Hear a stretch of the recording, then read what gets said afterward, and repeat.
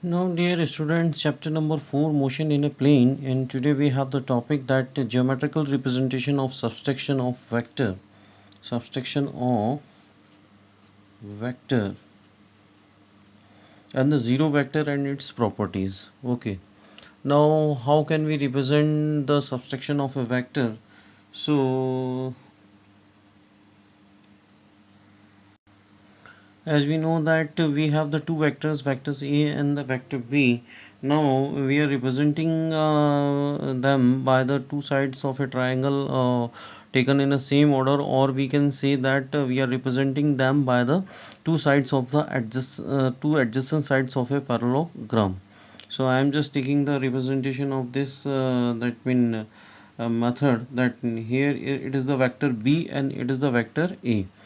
So already we have discussed the basic rule. If you are just representing the two vector by the two adjacent sides of a parallelogram, then their resultant can be given by their diagonal. Okay, so we are just plotting the meaning of the vector we have. Now here we have to be go with the subtraction part. So we are just plotting the vector B in the negative side. Okay, so this one is the vector B, but in the opposite direction. Here we are just getting the resultant of the two vectors, that mean vector A and the vector B. Okay, here just I am taking this one is the O, and here I am just also plotting the vector minus B, and here we have the another vector that is called the vector of A, and here just I am getting that O, P, Q and S. Okay, so here we have the angle between the vector A and the B is the theta, and in the rest of the part the angle is 180 minus theta.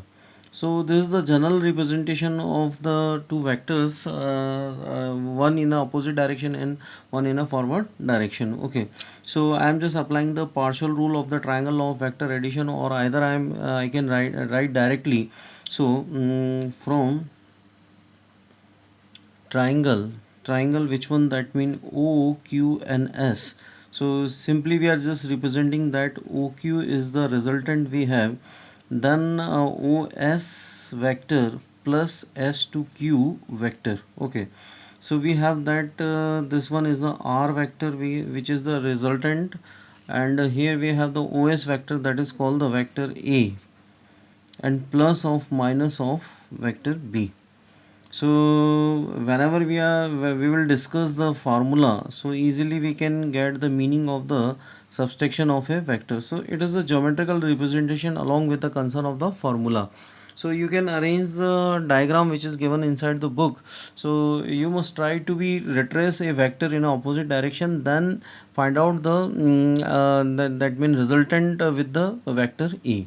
So it is the simplest representation of the subtraction of a vector. So here we have the topic of the zero vector. So a zero vector, or it having the another name that is called the null vector, which having zero magnitude, zero magnitude and arbitrary direction, arbitrary direction. Arbitrary direction mean any direction.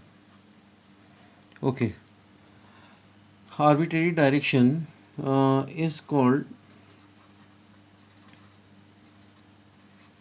zero vector. What is the need of this vector? If we have the simple notification, that is vector A is equal to vector B, so what will be the possible meaning of the vector A minus of vector B?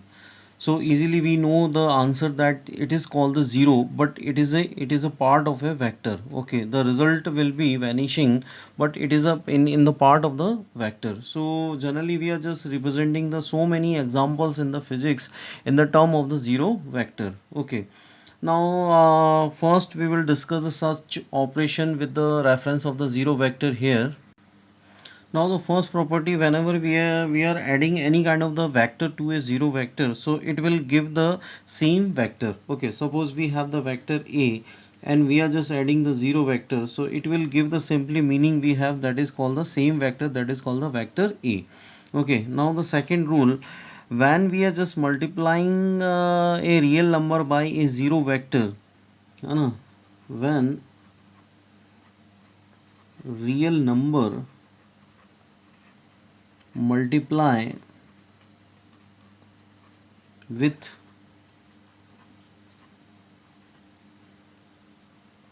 a zero vector,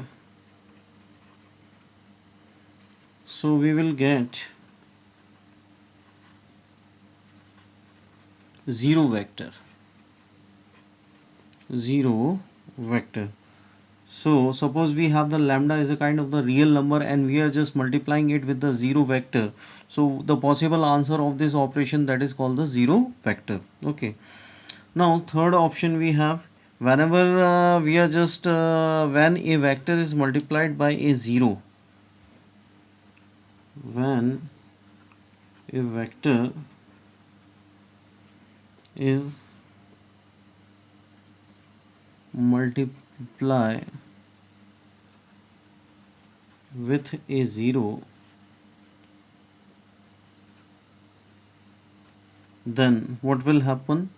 Suppose we have the 0 and we are just multiplying it with the 0 vector, vector a, so we will get the concern of the 0 vector here. Okay, now what is the fourth basic rule we have?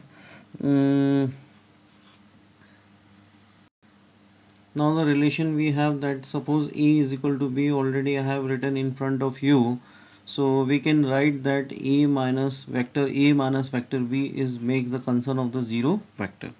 Now what are the such examples we have of the concern of the 0 vector examples? Now we have the very good examples. First, as the particle is moving on a circular path, a particle is moving on a circular path.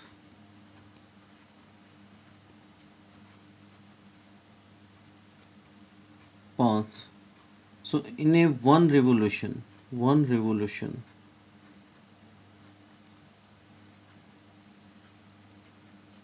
displacement vector is a zero vector. Displacement vector is a type of zero vector. So displacement vector is a zero vector. Okay, so easily you can understand the meaning, that where we are utilizing the concept of the zero vector. An object is moving with a constant velocity,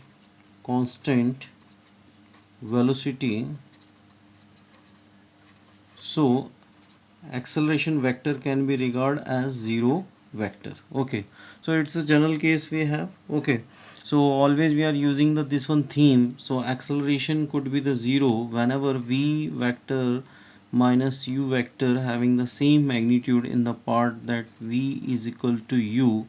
So we are just saying the acceleration will be the zero vector. Okay, so this is the second example we have. Now we can go with the third example.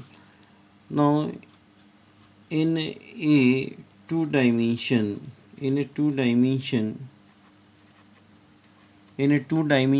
plane, if point object lies at origin,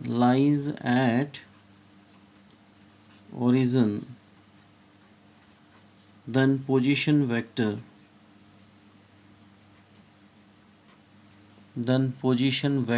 is a zero vector. Okay, these are the some basic topics those are given between the lines of a NCERT page, which I'll that mean show you as you can understand in a better way that from where we are just taking these topics. Now I have the some more applications regarding to the vector addition that is given on the page we have. Now, one of the interesting fact we have about the vector addition, that is a commutative rule. Okay, vector addition is a commutative. Vector addition is commutative. So how can we understood if we are just giving the mathematical meaning of this operation? That means a plus b can be stated in the term of that vector b plus of vector a.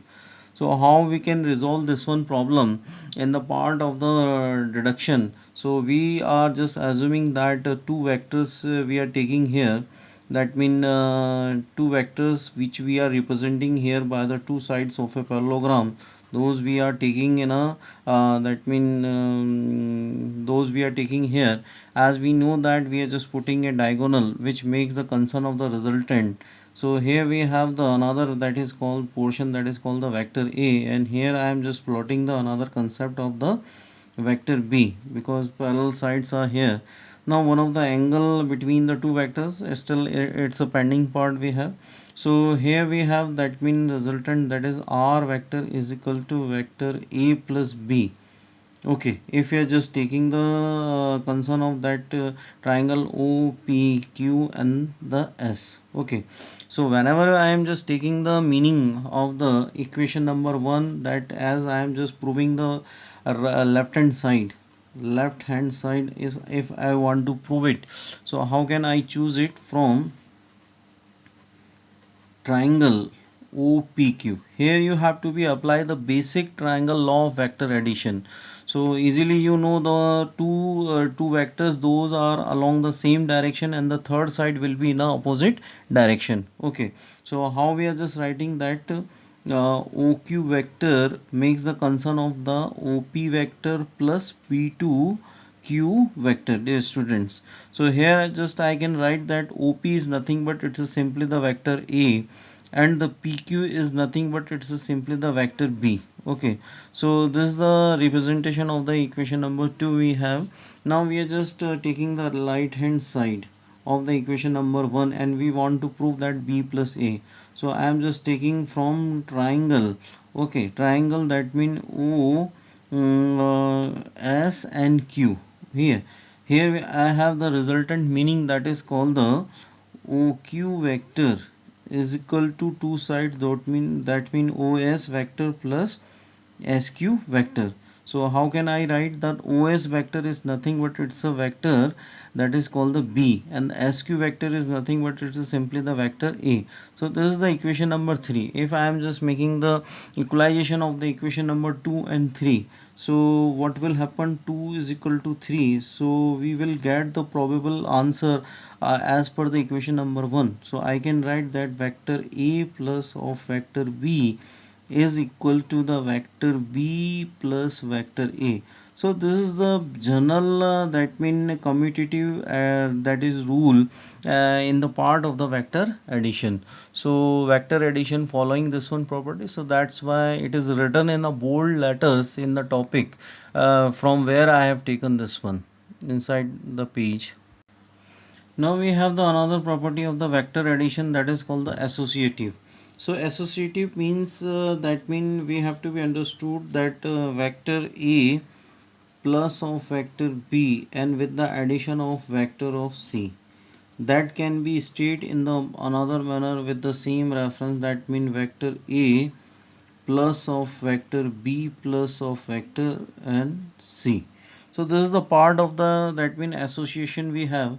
So on behalf of this characteristics we have to be choose the three vectors, at least minimum three vectors we have to be choose, and we will try to arrange all the vectors on a geometrical shape, that is called the part of a parallelogram. So I am just choosing the one of the vector, that is called the vector a, as next one is the vector b we have, and third one is the vector c we have. Okay, so this one part of the vector c we have, as we know that as we are using the polygon law of vector addition, so we will use the fourth side, that means closed side of a polygon taken in a opposite order.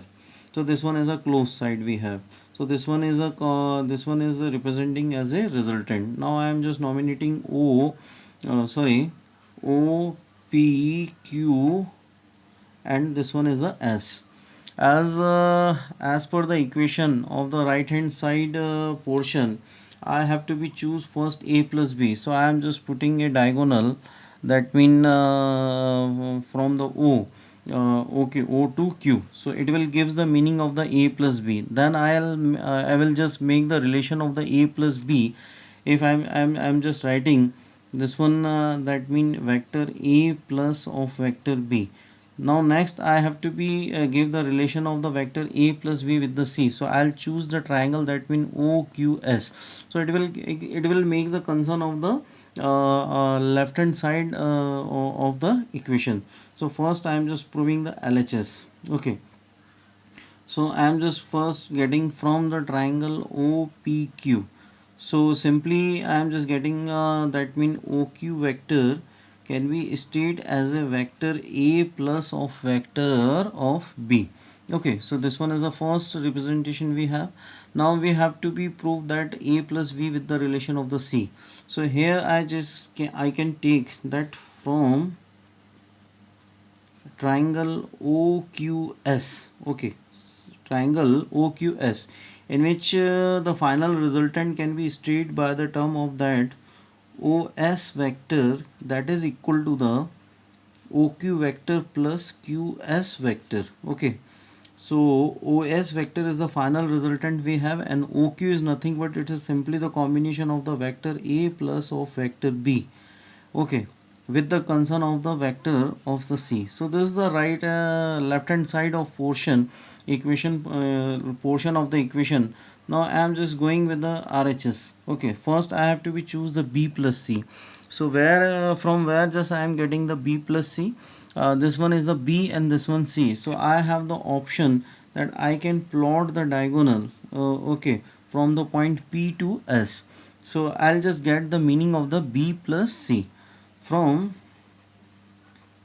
triangle which one, PQS. Okay, PQ and S. So what actually I am getting, that PS vector is a part of the resultant we have, and the two sides along the same order. So we have PQ vector, okay, plus QS vector. So here we have all the time very much interesting thing, that we will move between the P to S. So I am just starting our movement, that P to Q and Q to S, where we are getting the resultant from P to S. So it is one of the interesting thing we have. Okay, so PS vector can be stated in the term of PQ is the nothing but it's a vector B, and QS is nothing but the vector of the C. So this one is the first portion we have. Now we have to be join B plus C with the A. So what kind of the triangle I have to be choose here? From triangle B plus C, P to S is the resultant we have, and I am just choosing the triangle, that means OPS. Okay, so OS vector can be stated in the term of that OP vector plus PS vector. Okay, so OS vector is a part of that OS vector. OP vector is nothing but it is simply the vector A, and PS vector is a combination of the vector B plus of vector of C. So as I have taken the equation number 1, now I am just taking the equation number 2 and equation number 3. So 2 can be equal to the 3 we have. So whenever we are just putting the 2 equal to 3, so I am just getting vector A plus of vector B plus of C vector, that is equal to the association rule, vector A plus B plus of C. Okay, so this is the basic proof of the that mean association nature in the vector addition. So here we have the discuss the some terms, those are available in a book in a bold letter, so you can go through them and find out the actual meaning of these things by these derivation. Okay, thank you everyone, have a nice day.